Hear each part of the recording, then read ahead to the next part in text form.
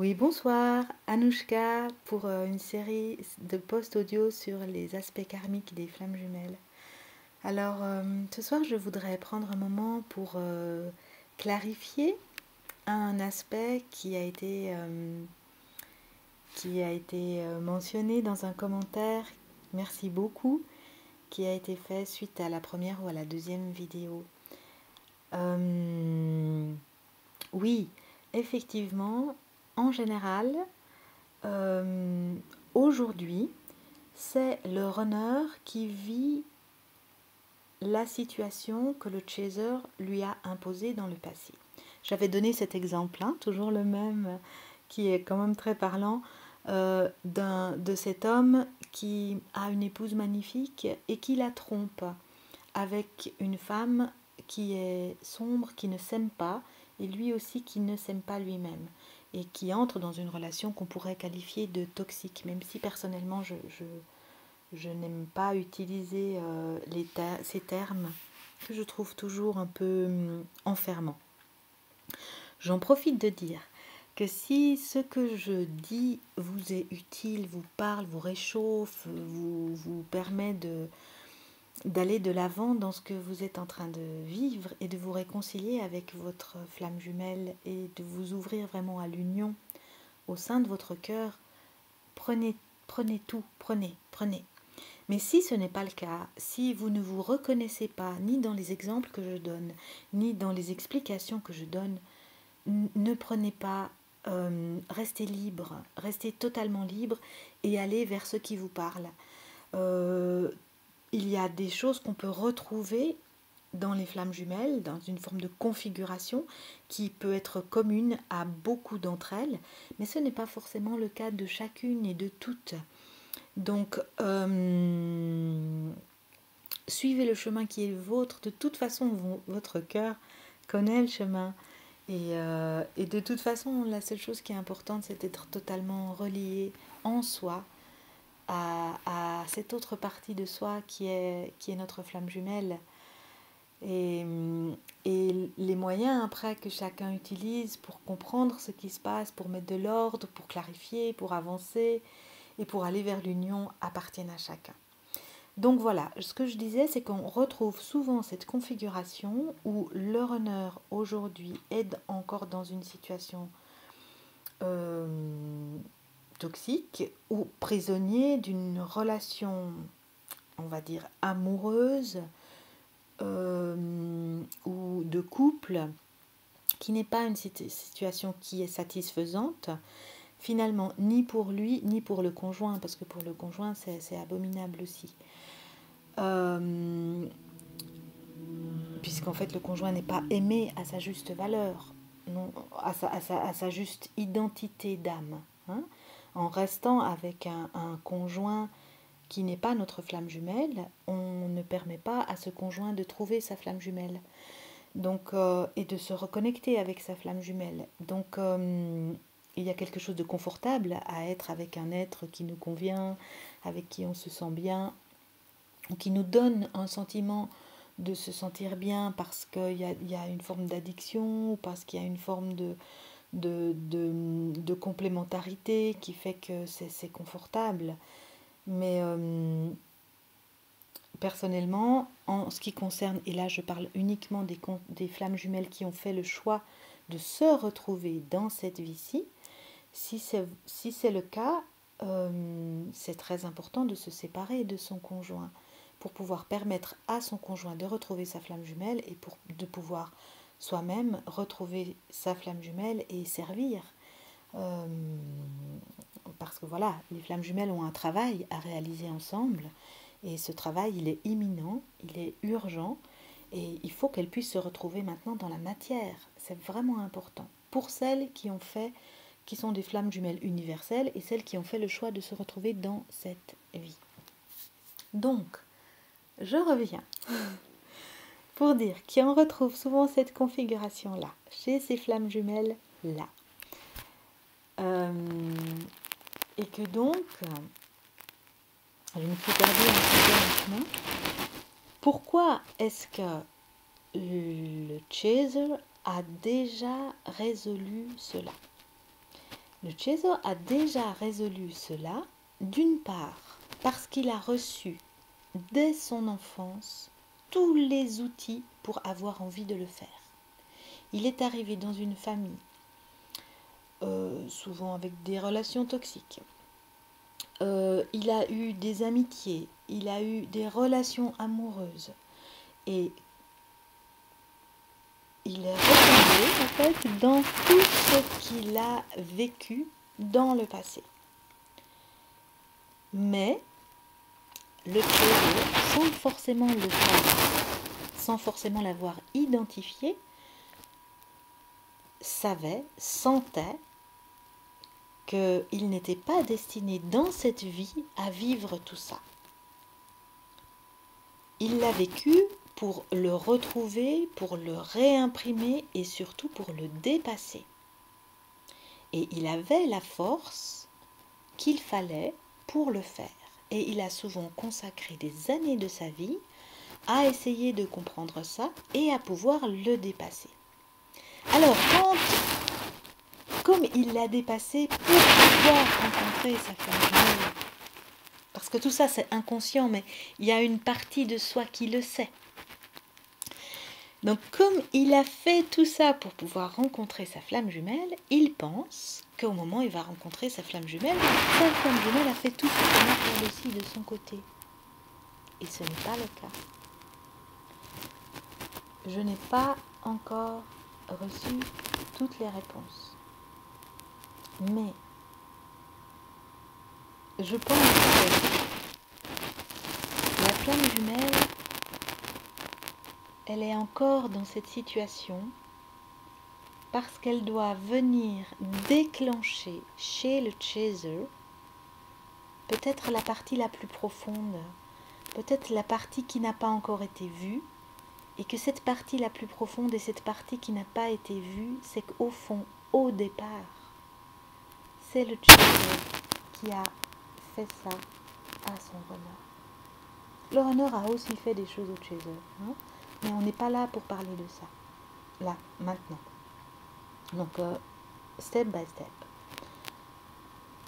Cette chose profonde, c'est que le runner, ce qu'il est en train de vivre maintenant dans cette situation toxique, c'est le miroir de ce que le chaser a fait. Et donc, si le chaser est sorti le premier de ça, waouh, super, bien. Mais il ne faut pas entrer dans une forme de jugement par rapport au runner. Il faut entrer dans la gratitude. Dans ce sentiment de remerciement profond. Parce que le runner est en train de se sacrifier pour le chaser. Pour que le chaser puisse se rendre compte de ce qu'il a fait à sa flamme jumelle. Donc,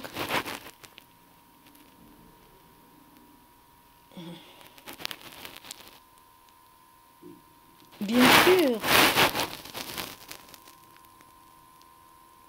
sûr que ça a été vécu dans un premier temps pour pouvoir accompagner aujourd'hui le runner. Alors, parfois, cet accompagnement, il peut passer par des phrases, par des paroles, par des échanges, mais ça n'a pas forcément besoin de passer par ça. C'est quelque chose qui se passe à l'intérieur de soi. C'est-à-dire qu'aujourd'hui, je pense, et je n'engage personne dans ça, je pense que peut-être le chaser a le rôle de sauver n'est vraiment pas le bon mot, mais vraiment pas, mais de libérer le runner, comme envoyer une indication énergétique qui dise au runner: tu n'as plus besoin de jouer cette partition là, car j'ai pris conscience.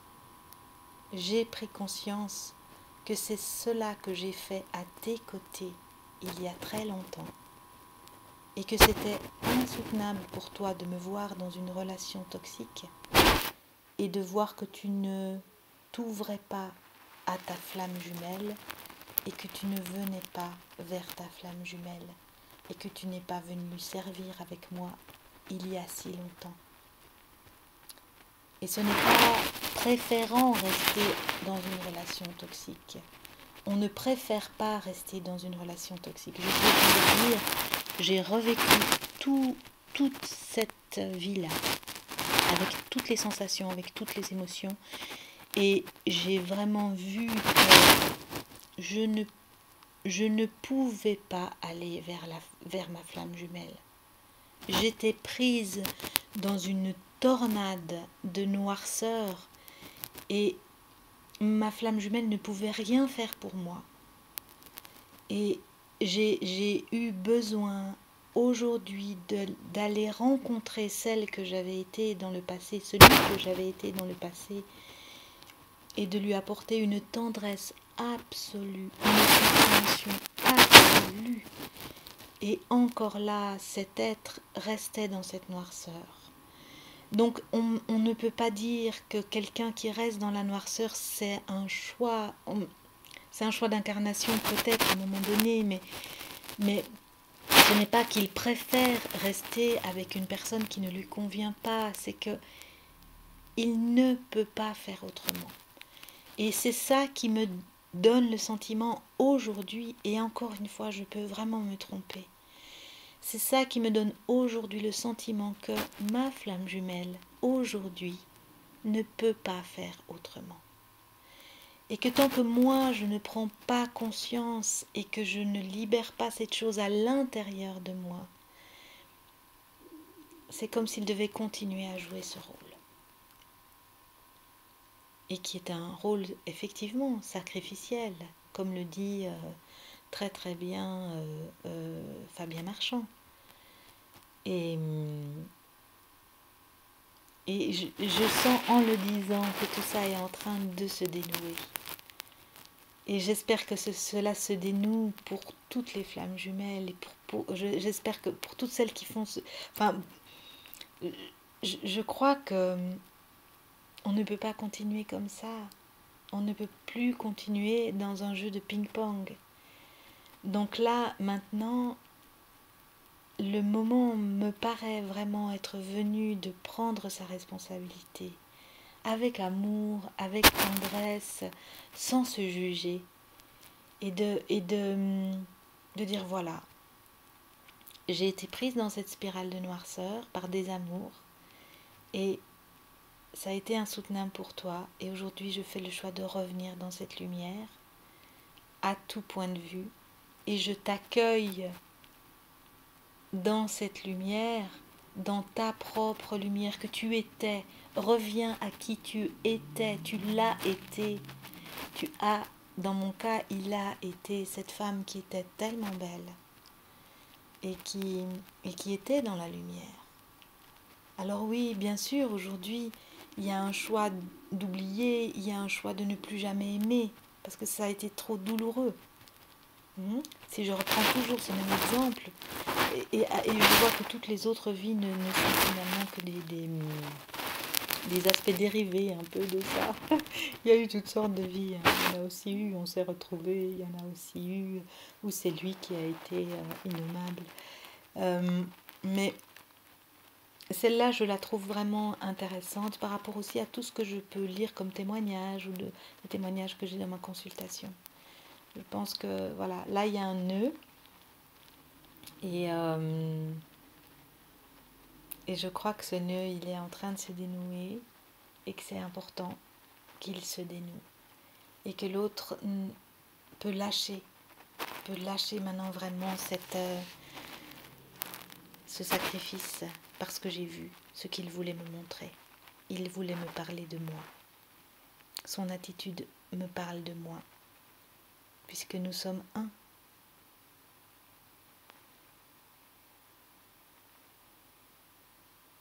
Je vous remercie Je vous remercie d'être là. Je remercie la personne qui m'a demandé de faire ces petits posts audio parce que spontanément, je ne l'aurais pas fait. Et j'espère simplement que cette contribution sera utile et qu'elle va permettre cette réunion des flammes jumelles. Je crois que c'est urgent, c'est nécessaire, mais c'est nécessaire que cette réunion, elle se fasse dans un amour absolu de l'autre.